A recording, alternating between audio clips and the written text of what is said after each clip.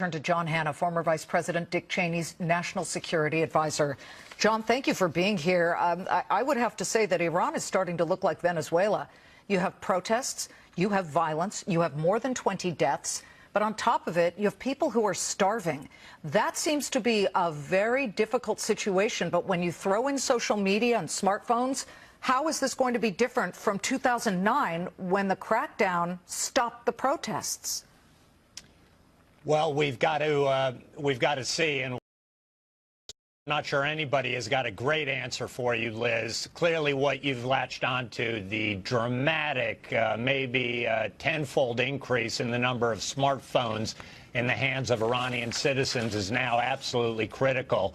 The fact that these protests are now spread out in maybe 25, 30, 40 different cities all over the country, and they seem to be focused not on the middle class or upper class elite in Tehran, but they are focused on working class folks that have for decades been the base, the most important constituency of the theocratic regime. They are now turning against it, not only on economic issues, but very quickly this became highly politicized.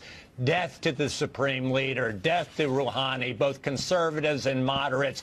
We don't have any use for the whole bunch of them. This regime needs to come down. This is a situation that could dramatically change the international situation at the beginning of 2018, and people have got to watch it very, very closely. In fact, Nikki Haley, of course, the U.S. ambassador to the United Nations, just spoke in the last hour, and she started reading some of the chants that they have been chanting, things like "Leave Syria alone, think about us." And this starts to look not only like Venezuela, but, I mean, go back to the French Revolution when Louis XVI and, of course, Marie Antoinette, it was the old let 'em eat cake, they turned finally to try and help people.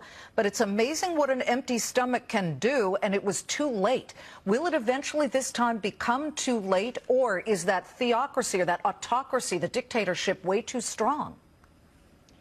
Well, that's the fear, of course, Liz. I mean, if this regime is able to unify, it's badly divided between moderates and so-called moderates and conservatives, but if they can unify to save the regime and the security forces, particularly the Iranian Revolutionary Guards and their thugs in the Basij militias, if they're prepared to kill as many people as necessary, it's hard to see how even tens of thousands or even 1 million people in the Iranian streets can stand up to them. But the question is, will the center hold? Will those security forces be willing to kill tens, if not hundreds, of innocent Iranians simply standing up to get some wealth in that country that has been absolutely squandered for decades? We've also heard, John, that they're somewhat nostalgic for the Shah, Reza Pahlavi, who, of course, squirreled away in the middle of the night many, many years ago.